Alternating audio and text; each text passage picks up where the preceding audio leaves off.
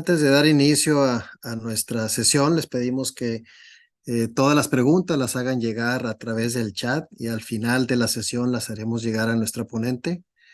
También les pedimos que nos hagan favor de llenar, de poner su nombre completo en la pantalla y también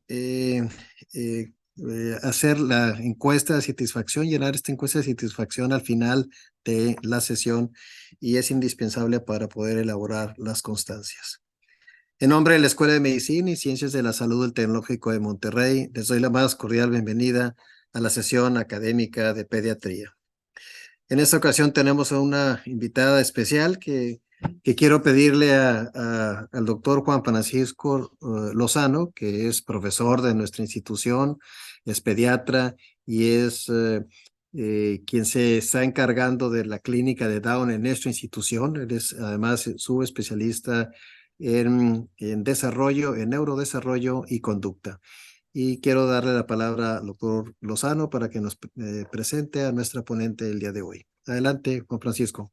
Gracias, doctor. Pues es un gusto tener con nosotros, como decía, a la doctora Macarena Lizama. Ella es profesora asociada de pediatría en la Facultad de Medicina de la Pontificia Universidad Católica de Chile en el área de pre y posgrado. Es la directora ejecutiva del Centro de la Universidad Católica de Síndrome Down. Realizó medicina en la Facultad de Medicina de la Pontificia Universidad Católica de Chile, igualmente ahí su especialidad de pediatría. Sí, entonces, por favor. Y es pediatra de la red asistencial de la UC Christus de la Universidad Católica. Participa en el equipo de profesionales que atienden a niños y adolescentes con síndrome de Down, área en donde desarrolla su principal línea de investigación. Es directora en el board del National Down Syndrome Congress de Estados Unidos, uno de nuestros, pues digamos, organizaciones líderes a nivel mundial en relación al síndrome de Down. Es autora y coautora de libros relacionados con el síndrome de Down, un manual de estimulación temprana para niños y niñas con síndrome de Down y el cuaderno de supervisión de salud, igualmente para el síndrome de Down. Es miembro del comité NANEAS de la Sociedad Chilena de Pediatría y del Down Syndrome Medical Interest Group de Estados Unidos. Y recibió en el 2019 el premio por el World Down Syndrome Day Award entregado por el Down Syndrome International. Entonces, es un honor para nosotros tener aquí con nosotros a la doctora Macarena Lizama, y nos va a estar platicando el día de hoy el rol del pediatra en la atención integral para niños y niñas con síndrome de Down. Si es que adelante, doctora. Le cedo el micrófono y para arrancar. Muchas gracias, Juan Francisco y Oscar, por la invitación. Estoy muy encantada de poder participar y que hayamos podido eh, coordinar esta sesión. Espero que sea un espacio de aprendizaje y también de poder compartir experiencias. Eh, Ahí se ve bien. Está perfecto. Sí, Bien. adelante. Bueno, Juan Francisco me pidió si podía hablar sobre el rol del pediatra en el cuidado de salud de personas con síndrome de Down y espero poder dejarlos, dejarlas motivadas para eso. Las fotos y videos que están usadas en esta presentación están autorizadas para actividades académicas. Sí, les pido no sacar screenshot en donde puedan aparecer los pacientes. Vamos a reconocer recomendaciones de acompañamiento integral de personas con síndrome de Down, identificar algunas condiciones de salud que les puede tocar en la atención pediátrica habitual y vamos a finalizar reconociendo un poco cuál es el rol tan importante del pediatra en la supervisión de salud de un niño o una niña con síndrome de Down.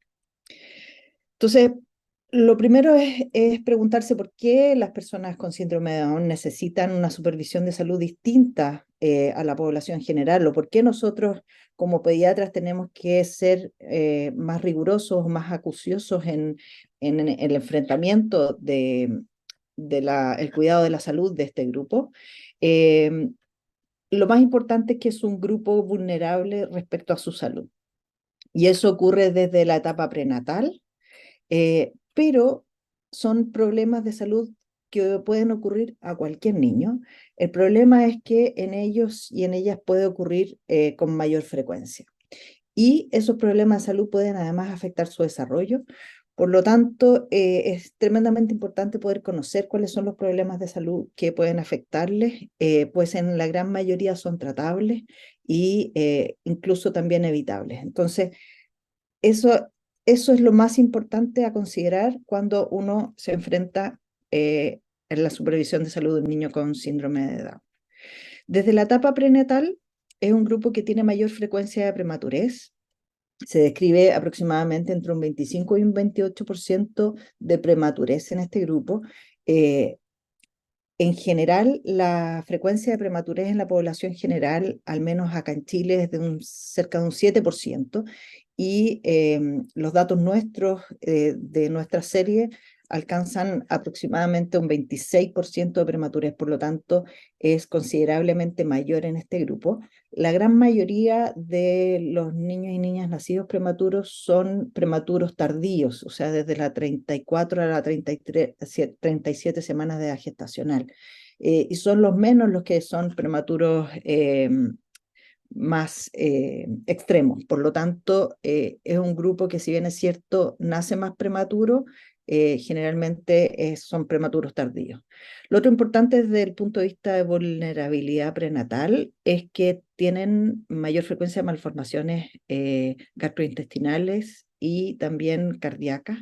Por lo tanto, es una oportunidad de aproximación diagnóstica para que esa familia que espera un niño con síndrome de Down con alguna malformación pueda nacer en un lugar donde se le pueda dar los cuidados específicos.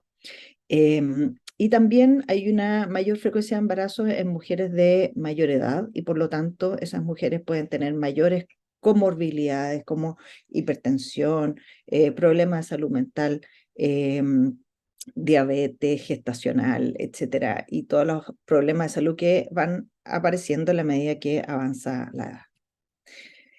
En la etapa postnatal, la aproximación diagnóstica es principalmente clínica. Yo aquí traté de graficarles lo mejor posible las características más clásicas, pero lo más importante en el diagnóstico postnatal es que en todos los niños ocurre hipotonía, que es en el fondo esta sensación, ¿no es cierto?, del tono más flácido.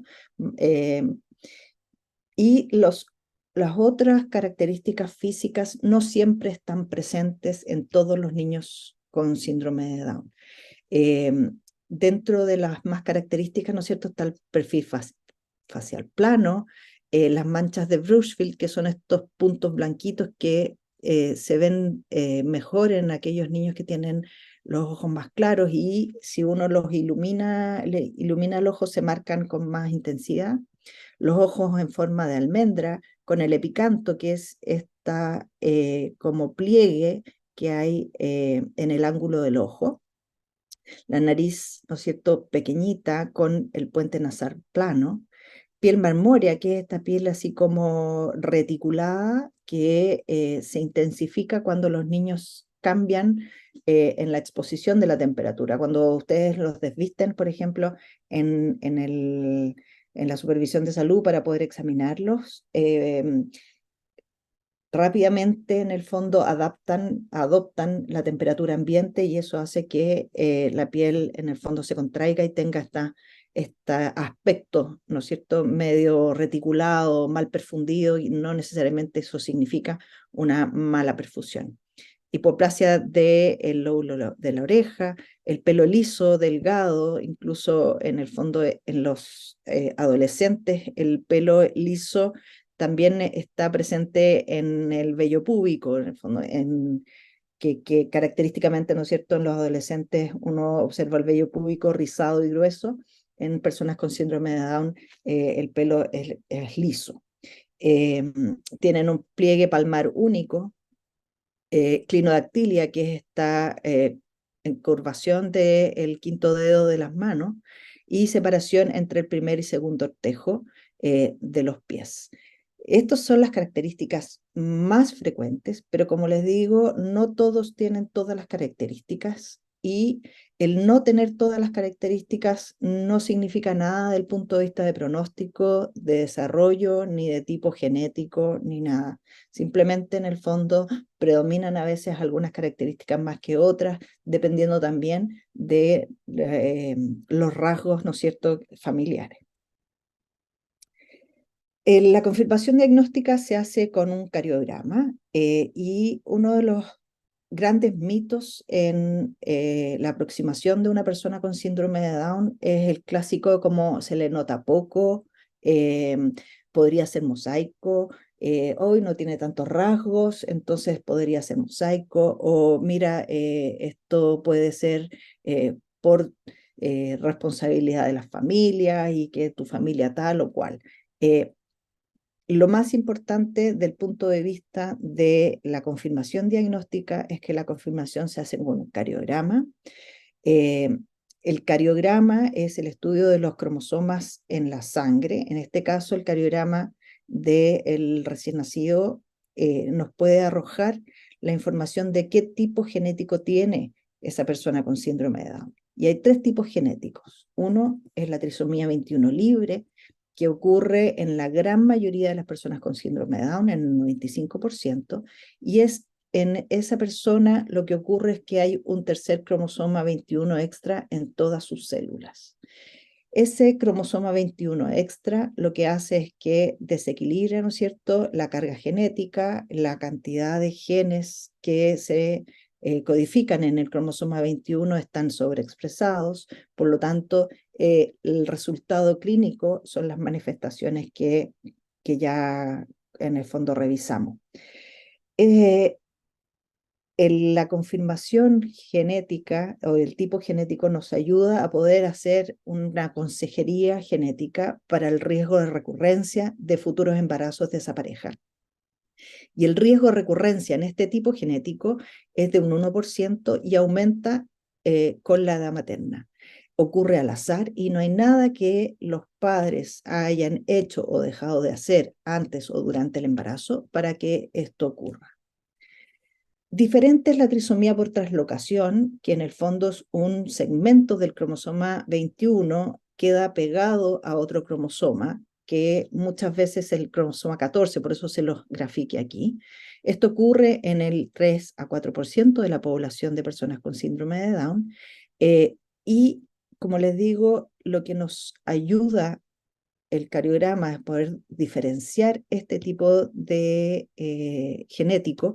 ¿Por qué? Porque eventualmente uno de los progenitores pudiera ser portador de esta translocación y aumentar la recurrencia en futuros embarazos. Por lo tanto, cuando hay una trisomía por translocación, es la única indicación para sugerir que los padres se estudien con un cariograma si es que ellos quieren saber si son portadores y hacer una consejería genética adecuada para, en el fondo, programar futuros embarazos o para poder hacer consejería en el momento en que otros hijos quieran tener descendencia. En el caso de la trisomía 21 por mosaico, lo primero es decir que es poco frecuente, ocurre en el 1% de la población de personas con síndrome de Down, y lo que ocurre es que algunas células de esa persona tienen trisomía 21 y otras células no tienen trisomía 21. ¿Y qué ocurre? Que este cariograma, esta muestra que nosotros estudiamos es de la sangre, y podemos decir que en la sangre hay un 40% de células trisómicas, pero no conocemos cómo está la distribución de las células en el cerebro, en el corazón, en los músculos, etc. Por lo tanto, el tener una trisomía 21 por mosaico no garantiza un menor riesgo de problemas de salud, un mejor pronóstico del punto de vista cognitivo-intelectual. Pudiera ser que efectivamente tengan menos problemas de salud, pero no lo garantiza y no tenemos cómo saberlo. El riesgo de recurrencia en ese caso también es el 1%. Les puse esta diapositiva con las 3 imágenes iguales. ¿Por qué? Porque en el fondo, clínicamente, no tenemos cómo diferenciar a una persona con síndrome de Down que tenga una trisomía 21 libre, que tenga una trisomía por traslocación o una trisomía 21 por mosaico. Uno de los primeros errores que nosotros como equipo de salud nos aproximamos a una familia es a decir que no se le nota mucho o que pudiera ser mosaico, y eso subliminalmente decir que en el fondo por eso entonces tiene mejor pronóstico o tiene menos síndrome de Down, y eso en realidad es totalmente incorrecto y genera expectativas en la familia que no son correctas y a veces después difíciles de sacar. Por lo tanto, yo siempre les recomiendo que el tipo genético solo nos ayuda a hacer la confirmación diagnóstica, ¿no es cierto? Y la orientación respecto a la consejería genética de las familias, pero desde el punto de vista del cuidado de salud que nosotros como pediatras vamos a hacer es exactamente igual, independiente del tipo genético que tenga ese niño o niña. Ahora, como conversamos, ¿no es cierto? Las personas con síndrome de Down tienen características producto, ¿no es cierto?, del exceso de material genético del cromosoma 21, y eso se manifiesta a través de rasgos físicos que son característicos, mayor problema o mayor frecuencia de problemas de salud y discapacidad cognitiva en grado variable.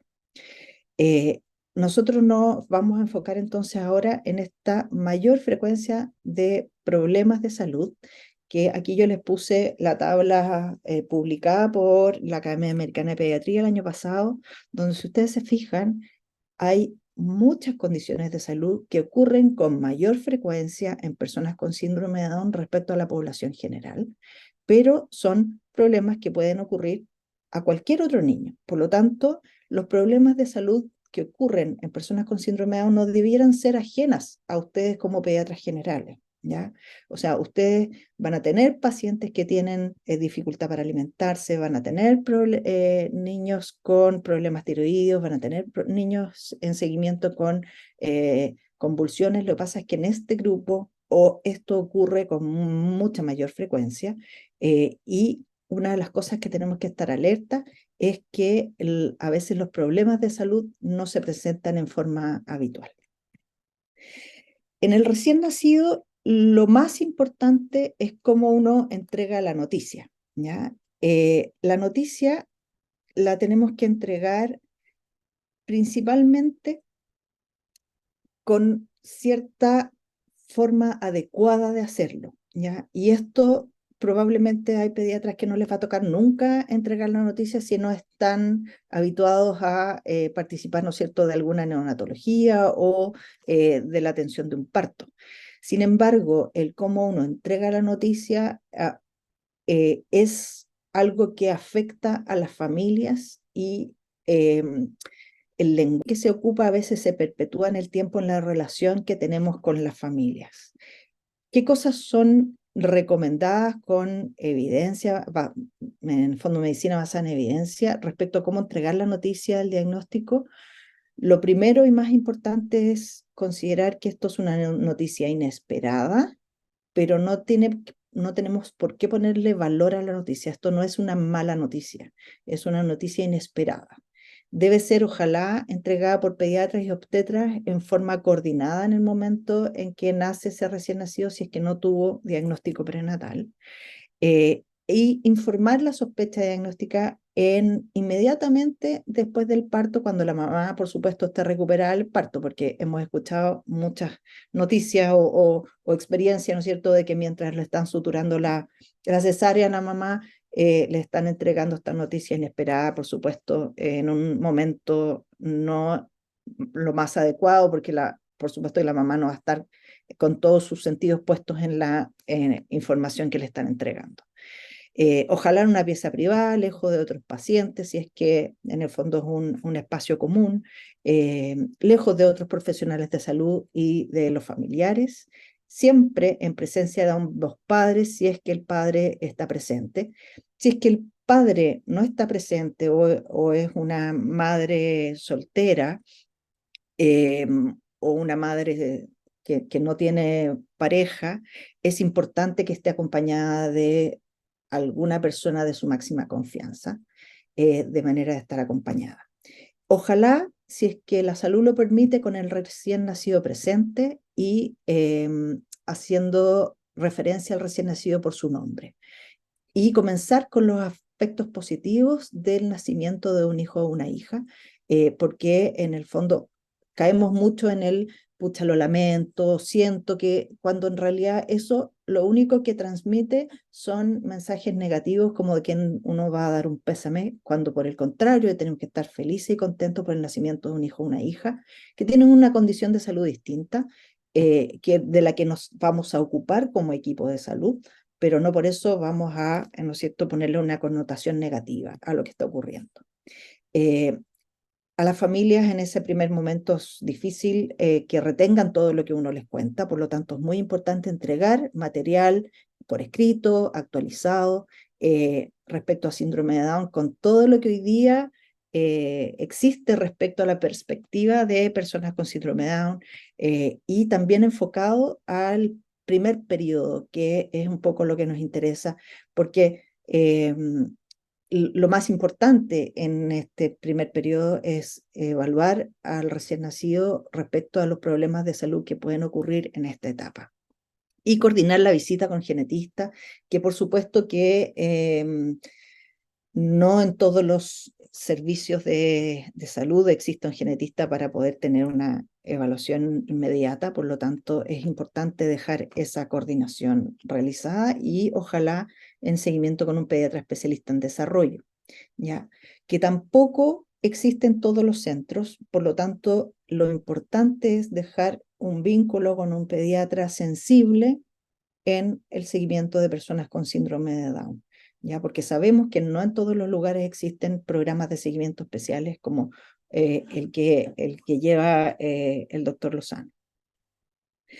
Entonces, junto con dar la noticia y confirmar el diagnóstico, ¿no es cierto?, solicitar el cariograma para confirmar la noticia, es fomentar el apego y lactancia materna, evaluar la adaptación a la vida extrauterina y examinar los problemas de salud que pueden presentar los recién nacidos. Y en eso la recomendación hoy día es a todo recién nacido con síndrome de Down realizarle un ecocardiograma antes de que se vaya para la casa. ¿Ya? No nos sirve un ecocardiograma al mes de vida, no nos sirve un ecocardiograma diferido porque no se oculta ningún soplo, porque sabemos que pueden tener cardiopatías congénitas que no soplen, ¿ya? O pueden tener hipertensión pulmonar, que no necesariamente vamos a ver signos clínicos evidentes.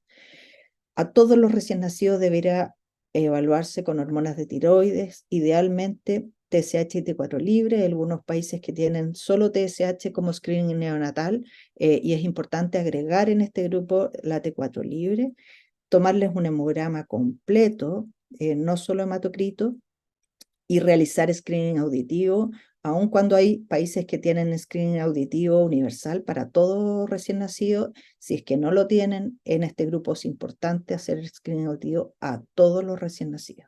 Evaluación clínica de succión y deglución. Muchas veces les cuesta iniciar la succión y deglución y tenemos que dejarlos hospitalizados con alimentación por sonda mientras, ¿no es cierto?, se adaptan a la posibilidad de tener buena succión y subir bien de peso.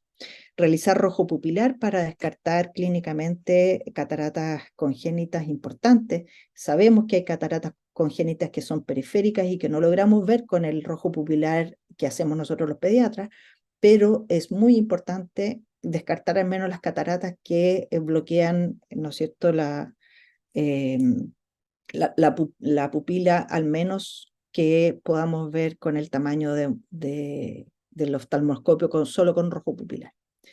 Y evaluar el tránsito intestinal, ¿ya? No es necesario hacer una ecografía, sino que el tránsito intestinal, que un niño se alimente y tenga un tránsito intestinal con eliminación de meconio en forma adecuada, basta para poder evaluar indemnidad del tracto intestinal.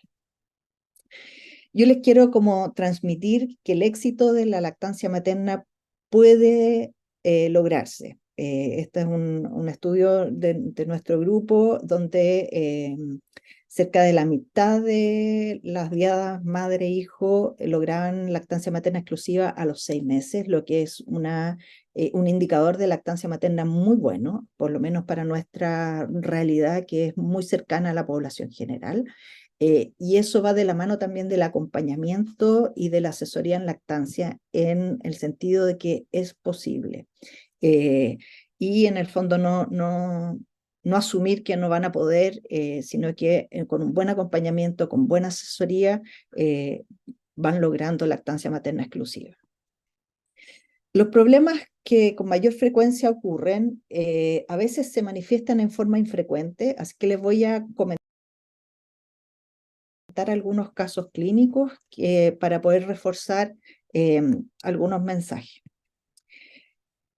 Que así como globo, ¿por qué es importante tener, como yo les digo a veces a los residentes, como mirar debajo del agua? Es importante mirar más allá de lo que es evidente. ¿Por qué? Porque las personas con síndrome de Down tienen mayor tolerancia al dolor, ¿ya? Si hay un niño o una niña que se queja de dolor abdominal, es importante evaluarlo porque puede ser más grave de lo que nosotros creemos o de lo que él manifiesta desde el punto de vista de dolor. Pueden tener hiper o hiporrespuestas a estímulos sensoriales, tienen mayor dificultad en la comunicación expresiva, por lo tanto, en ocasiones no logran manifestar qué es lo que les duele o qué es lo que están sintiendo. También tienen disminución en los tiempos de respuesta frente a estímulos, por lo tanto, a veces tenemos que esperar un poquitito más del tiempo para que puedan responder a nuestras preguntas, y a veces somos tan acelerados para las respuestas que no logramos acoger lo que esa persona quiere manifestar. Hay algunos que recomiendan esperar hasta 30 segundos la respuesta de una persona con síndrome de Down desde el punto de vista de latencia en el tiempo de respuesta. Tienen mayor frecuencia de malformaciones congénitas, que es otra cosa importante a considerar, y una alta frecuencia de enfermedades autoinmunes que a veces tienen instalación silente. Por lo tanto, una de las cosas importantes es poder considerar que cuando hay enfermedad autoinmune en la familia, tienen mayor riesgo, e incluso cuando tienen una enfermedad autoinmune, tienen mayor frecuencia de tener una segunda o una tercera enfermedad autoinmune. Este es un niño de 10 meses con antecedentes de que se resfría muy fácil, que siempre se complica con bronquitis y tiene una secreción faríngea permanente. Le suena respirar permanentemente y es malo para toser. Hace este ruido constante, como, ¿no es cierto?, esta voz húmeda que le queda en las secreciones. Ese cuadro clínico es un niño que tiene un trastorno de deglución hasta que se demuestre lo contrario. El grupo de personas con síndrome de Down tiene mayor frecuencia en la dificultad de deglución de líquidos claros, líquidos, ¿no es cierto?, más diluidos. Y lo que ocurre es que en el fondo no sensan que tienen una secreción laríngea y por lo tanto no la tosen, no la eliminan, no hacen un clearance, una limpieza, ¿no es cierto?, de la laringe, y por lo tanto esa secreción que ahí queda tiende a pasar a la vía aérea y aumentar el riesgo de bronquitis o de microaspiración silente. Por lo tanto, cuando hay un niño que se resfría fácil y que los resfríos terminan complicados con bronquitis o con neumonía, uno debe sospechar un trastorno de deglución. Lo ideal es hacer una videodeglución, que es en el fondo un trago con medio contrastado, e ir grabando cómo deglute, y lo que muchas veces vemos es que hay retención laríngea y penetración laríngea intermitente, ¿ya? En la menos de las veces vemos estas aspiraciones como la imagen que les tengo aquí. Y la gran mayoría de las veces son trastornos de deglución solo a los líquidos claros, pero no a los líquidos espesos, ¿ya? Por lo tanto, un estudio de videodeglución soliciten evaluación con líquidos espesos y con líquidos claros. ¿Por qué? Porque con líquidos espesos, ¿no es cierto? Si yo doy vuelta un yogurt, ¿no es cierto?, que tiene una consistencia más espesa, el yogurt cae como un solo bolo. Si yo doy vuelta un vaso de agua, el agua escurre por donde puede. Entonces, el problema de dilución que tiene este grupo es a los líquidos claros. Por lo tanto, el tratamiento es bastante más sencillo porque basta con espesar los líquidos para reducir el riesgo de aspiración y derivar a fonoaudiología para poder trabajar la deglución, porque esto es educable, ¿ya? Cuando uno habla de trastorno de deglución, muchas veces uno como al tiro piensa gastrostomía, sondas, etcétera. No, en este caso son niños que se les educa respecto a deglución y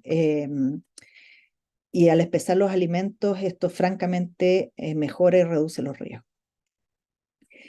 También es importante considerar en un niño que tiene infecciones respiratorias recurrentes algún déficit de inmunidad. La principal déficit de inmunidad en este grupo es el déficit de anticuerpos específicos antineumococo. Yo estuve revisando el Programa Nacional de Vacunación en México y en el fondo ustedes tienen incorporada la vacuna neumocócica conjugada en 3 dosis, antes del año 2 dosis y al año la tercera dosis. Sin embargo, en el grupo de personas con síndrome de Down se recomienda poner vacuna neumocócica conjugada, no conjugada, 23 valente, a los 2 años, ¿ya? ¿Por qué es importante? Porque el refuerzo a los 2 años de 23 valente tiene mejor respuesta del punto de vista de anticuerpos específicos antineumococos. Por lo tanto, para el calendario de vacunación que tienen ustedes, que es el mismo nuestro, nosotros tenemos que recomendar en forma adicional a los 2 años vacunar para vacuna antineumococo. Este otro niño de 2 años que asiste a su control de salud y en la evaluación lo encuentran con talla baja y bajo peso. La madre se encuentra preocupada y pregunta si es necesario hacerle estudio. Y la persona que lo evalúa tiene estos parámetros de evaluación, usa una curva CDC, y si ustedes se fijan, los puntos de peso, edad y talla, edad, en ambos está bajo el percentil 5. Entonces, por supuesto, si uno mira una curva de crecimiento así, se queda muy preocupado. Sin embargo, si ese mismo niño con esos mismos pesos y estaturas, yo lo grafico en una curva específica para personas con síndrome de Down, si ustedes se fijan, va creciendo, en este caso en el peso, en percentil 25, lo que es delgado pero adecuado para su edad. Entonces, el mensaje es que para hacer una buena evaluación nutricional es importante usar las curvas de crecimiento adecuadas, que en este caso actualmente las recomendaciones son usar las curvas de Semel que están disponibles para descargarse en la página del CDC y también en múltiples páginas web ustedes pueden descargarla. Otro caso de una niña de 4 años que duerme inquieta, adopta posiciones al dormir sentada, apoya su cabeza sobre las rodillas, se despierta frecuentemente, en el día es muy inquieta, tiene grandes habilidades, pero no logra mantener la atención en las tareas. Hasta 1 minuto escribe, dibuja y va y hace otra cosa. Es mal genio, es impulsiva, tiene poca tolerancia, ¿no es cierto?, a las actividades y a veces tiene comportamientos inadecuados. Aquí yo les puse 2 fotos de niños con síndrome de Down. Si ustedes se fijan, esta posición de acá arriba es una posición muy frecuente de observar en personas con síndrome de Down. Si ustedes le preguntan a la familia, su hijo se pliega sobre sus pies para poder dormir, lo van a mirar con cara de cómo adivinó que mi hijo duerme así con una posición tan infrecuente. Esta es una posición muy frecuente que adoptan niños para poder respirar mejor, ¿ya? Por lo tanto, el problema de sueño en personas con síndrome de Down es altísimamente frecuente y el mal dormir lleva a una cascada de eventos que terminan en deterioro cognitivo. El mal dormir lleva a hiperactividad diurna, impulsividad, poca atención, agresividad, trastorno de conducta, problemas de memoria, deterioro cognitivo. ¿Ya? Solo es cosa de recordar los momentos en donde uno pasaba turno día por medio, ¿no es cierto? Y andaba más desmemoriada, con poca tolerancia, muy cansado, etc. Si esto es crónico, ocurre deterioro cognitivo y es un deterioro cognitivo evitable. ¿Qué es lo que ocurre? Las personas con síndrome de Down, como son más hipotónicas, al dormir, la vía aérea colapsa y produce apneas del sueño. Cuando uno le hace un examen físico, la boca de las personas con síndrome de Down es una boca más pequeña respecto a la lengua. Por lo tanto, al examen físico uno a veces no logra visualizar siquiera la faringe porque es tan pequeña su cavidad oral que solo con eso uno se imagina qué ocurre cuando duermen y, ¿no es cierto?, se pierde el tono en el sueño profundo. Probablemente esa vía aérea colapsa y claramente ocurren los trastornos de sueño. Además, muchas veces las amígdalas son grandes y no solo grandes que uno las logra ver, sino que son grandes hacia abajo y que uno no logra visualizar o tener claridad de que efectivamente son amígdalas que están además entorpeciendo con la obstrucción de la vía aérea. Por lo tanto, la recomendación hoy día es que a todos los niños entre los 3 y los 5 años se les realice un estudio de sueño. Y si está alterado, sacar las amígdalas como primera acción. Sin embargo, para nuestra población latinoamericana, ¿no es cierto?, la disponibilidad de un polisomnograma es súper escaso, es de altísimo costo. Por lo tanto, lo que nosotros hacemos es que si un niño tiene clínicamente mal dormir y tiene al examen físico una boca pequeña con amígdalas grandes y si ronca o no ronca, y si tiene apneas evidentes o no tiene apneas evidentes, da lo mismo, a ese niño hay que sacarle las amígdalas, ¿ya?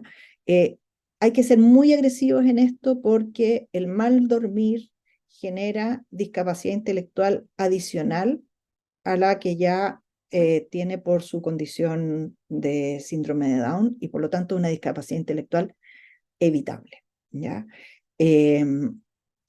Es súper importante considerar que el reporte de las familias respecto a ronquido y apneas de sueño no se correlaciona con los estudios de sueño respecto a apneas. Por lo tanto, el reporte de las familias de que es un niño que ronque y que haga apneas clínicamente no es un buen screening para determinar que ese niño o niña está teniendo apneas del sueño, ¿ya? En el fondo, ¿qué ocurre? Que su fuelle es mucho menor, por lo tanto el flujo de aire entra menos turbulento y hace menos ruido, ¿ya? Lo que podemos detectar a veces es que si duerme ruidoso más que ronque. Entonces, lo importante aquí es que podemos tener otros elementos, aparte del ronquido, aparte de las apneas evidentes de sueño, que pueden ser signos indirectos de un mal dormir, como son posiciones inhabituales, hiperactividad diurna, impulsividad, ¿no es cierto?, mal genio, trastornos de conducta, que son tremendamente importantes de considerar cuando uno evalúa el sueño. Otro caso, una niña de 6 años que no emite palabras, camina desde los 2 años, juega a la par con sus hermanos y a los papás les dijeron que había que esperar que iniciara el lenguaje y continuar con fonoaudiología. Tiene 6 años a esta edad, todavía en el fondo no emite lenguaje expresivo. En esto, cómo nos enfocamos o abordamos el desarrollo psicomotor es que es importante que cada niño tiene su propio ritmo de desarrollo, que el ritmo de desarrollo es más lento respecto a la población general y que existen amplias diferencias individuales, o sea, es tremendamente heterogéneo. Lo importante es que la secuencia es ordenada respecto al desarrollo, al igual que la población general. Cada paso antes, ¿no es cierto?, construye el paso siguiente de desarrollo. Por lo tanto, lo importante es que vayamos evaluando paso a paso cada niño, ¿ya? Si es que se empieza a quedar estancado en una etapa del desarrollo, es donde tenemos que poner la alerta. Y el lenguaje, el área de desarrollo del lenguaje es el área más variable, en donde podemos encontrar chicos con muy buena locución, con un amplio vocabulario, y niños que son no verbales, que no emiten ninguna palabra. Aquí yo les puse un ejemplo solamente para que ustedes tengan en consideración que el promedio de edad de adquisición de habilidades del desarrollo está más o menos conocida. Sin embargo, el rango en donde podemos encontrar es muy amplio, ¿ya? Por ejemplo, para la marcha, la edad promedio de caminata es de los 2 años. Sin embargo, el rango de edad en donde una persona con síndrome de Down puede caminar entre el año y los 4 años. Entonces, si ustedes se fijan en un rango tan amplio, que aquí lo importante es ir viendo niño a niño cómo va avanzando en su propio ritmo de desarrollo. Dentro de lo que podemos hacer nosotros es la derivación a la estimulación temprana. Nosotros hicimos un estudio reciente en donde buscamos cuáles eran los factores que hacían que los niños llegaran tarde a los centros de estimulación temprana. Y lo más importante que ocurría en nuestra realidad es que aquellos niños que nacían en el sistema público de salud tenían 11 veces más riesgo de llegar en forma tardía a los centros de estimulación. Aquí el rol de educar y de que existan centros de derivación en los sistemas de salud públicos es tremendamente importante. Si no existen en México, si están dispares en los distintos estados, es tremendamente importante que nosotros como pediatras podamos hacer las derivaciones oportunas al lugar donde sea necesario, porque marca la diferencia en la trayectoria de desarrollo de un niño o niña con síndrome de Down. La derivación debe ser desde el primer mes de vida y de ahí para siempre, en la etapa de transición a la escolaridad, en la etapa de transición después a la etapa adulta, etc. La estimulación es siempre. Lo que hace la diferencia es la familia que hay detrás, que nunca desista respecto a que cada niño o niña sigue aprendiendo. Nosotros ahora somos adultos, ¿no es cierto? Y seguimos aprendiendo. En el fondo, la etapa temprana es fundamental para poder aprovechar la ventana de oportunidad de la plasticidad cerebral, pero el aprendizaje sigue siendo siempre. Y hay problemas de salud que afectan el desarrollo, como este video que les voy a mostrar, que ojalá puedan detectar. Es un niño que está sentado en una silla de comer, y si ustedes se fijan, de repente hace un sutil, como si estuviera teniendo un hipo.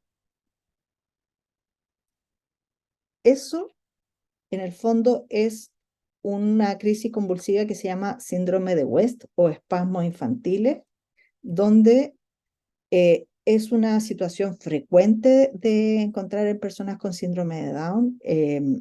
Es grave si es que no lo tratamos a tiempo, porque aumenta el riesgo de evolucionar a una epilepsia de difícil manejo o aumenta el riesgo de trastorno del espectro autista en este grupo. Pero lo más importante es que ocurre alrededor de los 6 meses cuando debutan, o debutan dentro del primer mes o el primer año de vida, y se pueden confundir con cólicos, con hipo, porque por la hipotonía suelen ser crisis muy sutiles, ¿ya? Entonces, cuando una familia les manifieste que está teniendo cólicos, un niño que no tuvo cólico a los 2 meses y está teniendo cólicos ahora a los 6, en el fondo eso es un síndrome de West hasta que se demuestre lo contrario. Cualquier movimiento nuevo, estereotipado o que se acompañe de estancamiento del desarrollo es importante derivar para evaluación con un electroencefalograma. Y como les decía, hay niños que en el lenguaje pueden ser no verbales. ¿Qué significa eso? Que no emiten palabras, y eso no siempre es autismo. Muy probablemente entienden mucho más de lo que creemos, y en ese sentido hay niños que podemos ocupar hoy día tecnologías de comunicación aumentativa alternativa para que en el fondo se comuniquen sin necesariamente hablar, y ahí nos vamos a dar cuenta de todo lo que saben mucho más de lo que uno cree. Aquí les voy a poner otro video. Ya. Gabriela, ¿cuál es el pueblo originario que elegiste hoy día? ¿Cómo se llama tu pueblo originario que elegiste hoy? Bandera mapuche, color azul, verde, rojo. El pueblo originario se llama Los mapuches. Los mapuches. los mapuches. Muy bien. ¿Y tú me podrías decir cuáles son los colores de la bandera mapuche? La bandera. Los mapuches. Sí, los mapuches tienen una bandera como esa. ¿Cuáles son los colores de la bandera? Bandera mapuche, color azul, verde, rojo. Muy bien. ¿Y me podrías decir cómo se llama la casa donde viven los mapuches? Bandera mapuche, color azul, verde, rojo. No, pero la casa, esa casa, ¿cómo se llama? Ahí tú lo tienes. ¿Cómo se llama esa casa? Que le sacamos una fotito y le pusimos. ¿Cómo se llama esa casa? La casa, ¿cómo se llama? Ruca. Ruca. Ya. Esa es una chica que tiene trastorno del espectro autista, que es no verbal y estaba preparando una presentación sobre los mapuches, que es pueblo originario de acá, de Chile. Y ahí nos pasamos a el grupo de niños y niñas para ir terminando, que tienen trastorno del espectro autista y que se puede manifestar bastante inhabitual respecto a su desarrollo. Por ejemplo, en este caso es una niña de 4 años que le molestan los ruidos fuertes, que no tolera caminar por calles ruidosas, que las visitas al supermercado la ponen muy agresiva, grita y llora, no tolera ponerse gorros, no le gusta que le hagan cariño en la cabeza, cuesta mucho cortarle el pelo, eh, no se integra a los juegos con sus compañeros y compañeras y le gusta las tiritas, ¿no es cierto?, hacerlas colgar al frente de sus ojos. Este desarrollo atípico de niños y niñas con síndrome de Down es muy importante ponerlos en alerta. Es cuando las familias dicen, mi hijo con síndrome de Down no es igual a las otras personas con síndrome de Down. Ya es típicamente las personas con síndrome de Down uno las encuentra muy sociables, ¿no es cierto? Sin querer generalizar, porque hay muchas diferencias de personalidad, pero aquellos niños que tienen menor sociabilización, que les cuesta más la sociabilización, es tremendamente importante de ponerle atención. Aquellos niños que tienen movimientos motores repetitivos, que se autoagreden, que se pellizcan, que tienen fascinación excesiva por las luces, los ventiladores, que desvían la mirada respecto al examinador, que rechazan las comidas, sobre todo texturas distintas, ¿no es cierto?, que juegan en forma inusual con objetos, que hacen girar, hacen colgar, que en el fondo se golpean la cara para autoestimulación. Cuando no tienen interés por los gestos o signos con que uno se puede comunicar, cuando regresan en su desarrollo cerca de los 3 años, tienen mucha hiperactividad y poca atención, tienen vocalizaciones inusuales, aversiones sensoriales, etc. Este grupo tenemos que poner atención de mayor riesgo de espectro del autismo, ¿ya?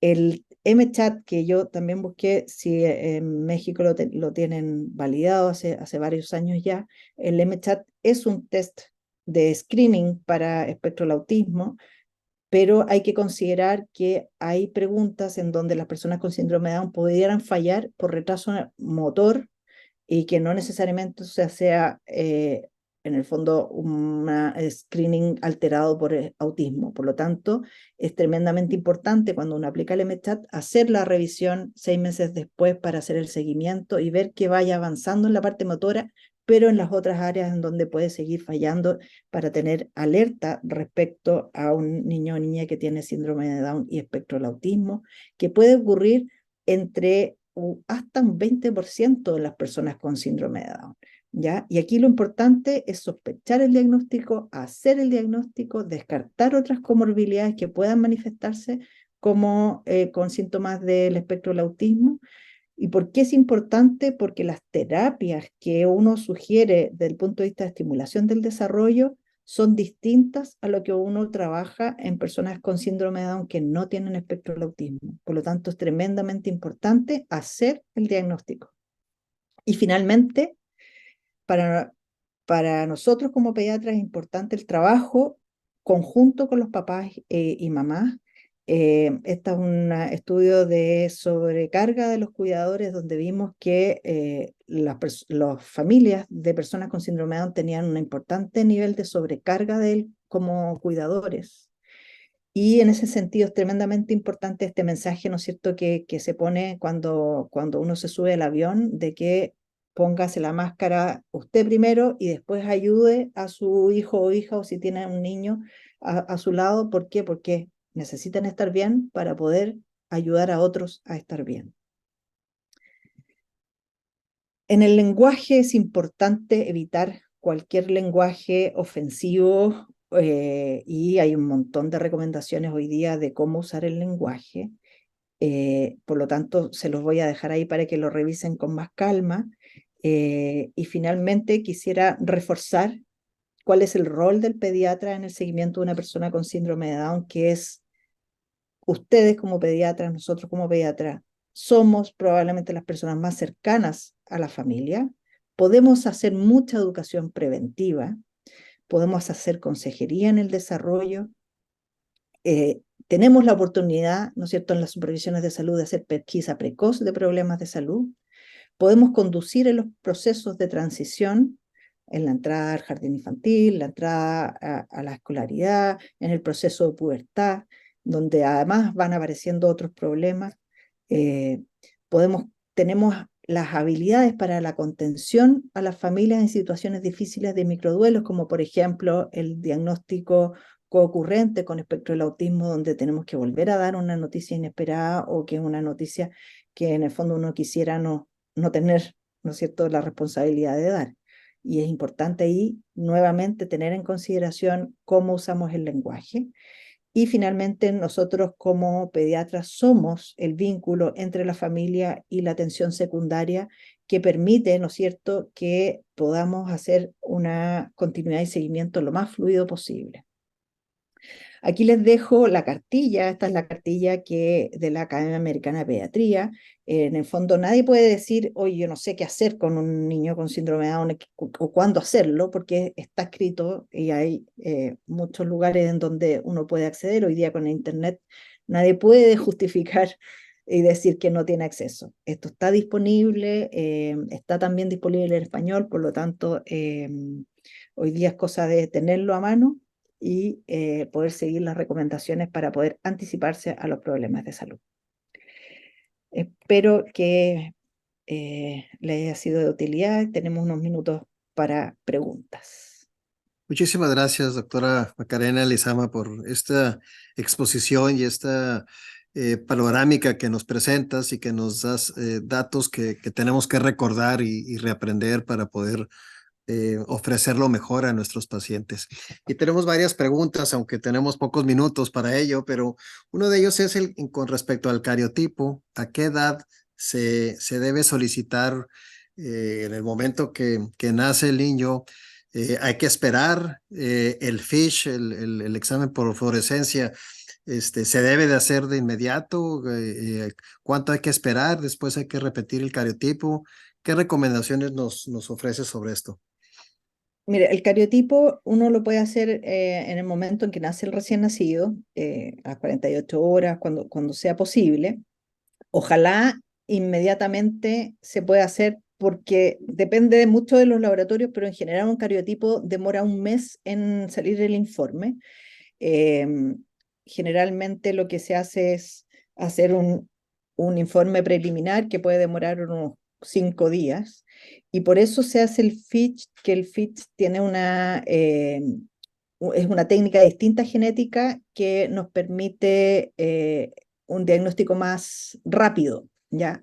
Pero el FISH no nos da el tipo genético que les comenté. Por lo tanto, es importante hacer el cariograma. Depende de los recursos. Si hay recursos disponibles, uno puede hacer cariograma más FISH y tener el FISH en forma más rápida, en 48 horas tenemos ese resultado, y esperar después el tipo genético cuando salga el cariograma. Si no hay recursos, se hace el cariograma y se espera en el fondo el resultado preliminar en 7 días y el definitivo en un mes más o menos. Con ese cariograma no es necesario repetirlo nunca más. Como les decía, eso lo único que nos va a hacer es confirmar el diagnóstico, que muchas veces clínicamente no hay ninguna duda. Y aparte de confirmar el diagnóstico, nos ayuda la consejería genética, pero para nada más. Muy bien, muchas gracias. Otra de las preguntas que nos hacen es con respecto a la amigdalectomía. ¿Se debe de hacer de manera profilaxis o habrá que esperar a que haya manifestaciones clínicas de obstrucción para indicarse?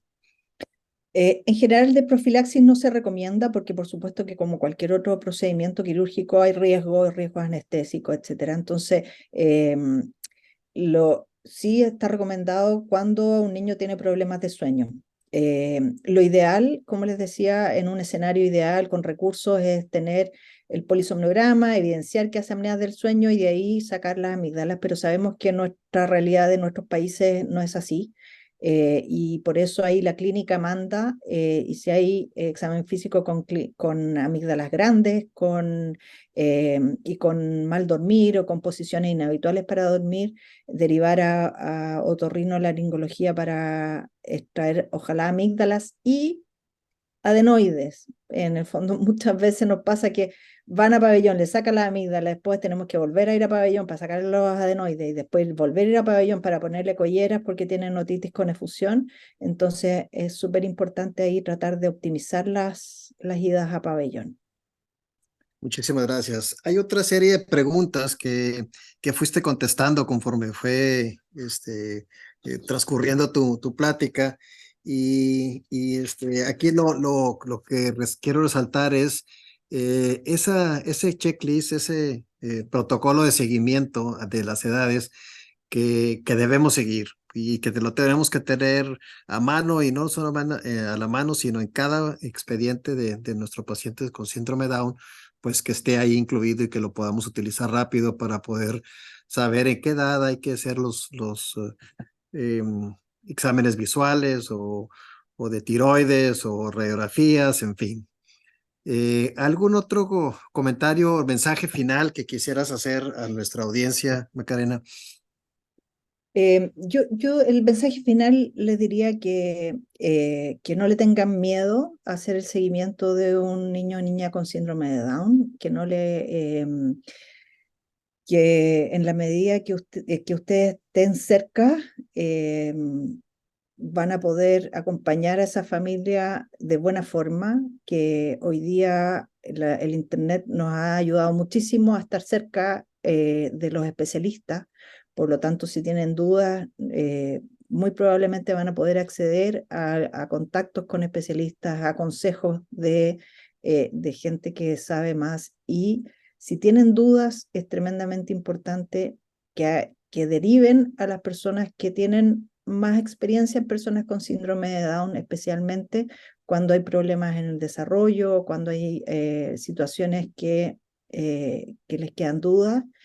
No dejarlo y ojalá evitemos la respuesta, que esto es porque tiene síndrome de Down, y nos quedemos ahí y no demos oportunidad de ahondar más qué es lo que está pasando, de poder darle tratamiento en forma oportuna. Yo creo que eso es lo más importante, no quedarse en es que porque tiene síndrome de Down, que nos pasa con cierta frustración. Por ejemplo, un chico que regresa en su desarrollo y lleva 6 meses, 8 meses, y en el fondo nadie se ha planteado estudiarle nada. Y dicen, bueno, es que es adolescente, está deprimido, entonces por eso no sale de la pieza o hace, no sé, pues se conecta y escucha música todo el día. Eh, si eso ocurriera con una persona sin síndrome de Down, uno a los 2 días o a las 24 horas de regresión del desarrollo, estaría con esa persona en la urgencia, tremendamente preocupado de qué es lo que está pasando. Yo creo que esos son como los mensajes más importantes en el fondo, no porque tenga síndrome de Down dejemos de ocuparnos de las cosas inhabituales y no perderle un poco el miedo a poder hacer el seguimiento de ello. Y sin lugar a dudas estar vinculados con quienes más conocen, yo creo que es algo muy útil a la hora de poder hacer el seguimiento. Les dejé ahí en el chat el link de la Academia Americana de Pediatría, de las recomendaciones internacionales para que lo puedan descargar. Muchísimas gracias, doctora Macarena Lizama, por esta plática. Muchísimas gracias a toda nuestra audiencia. Les recordamos que nos hagan favor de llenar la encuesta de satisfacción y los invitamos para la próxima semana, en donde iniciaremos nuestro módulo de dermatología pediátrica. Tendremos nuestras 4 últimas pláticas del año y serán sobre dermatología pediátrica. Y la primera será a cargo de la doctora Carmen Lee, dermatóloga pediatra de aquí de Monterrey, pero que actualmente trabaja en Canadá. Muchísimas gracias a todos, que tengan un excelente día y los esperamos la próxima semana.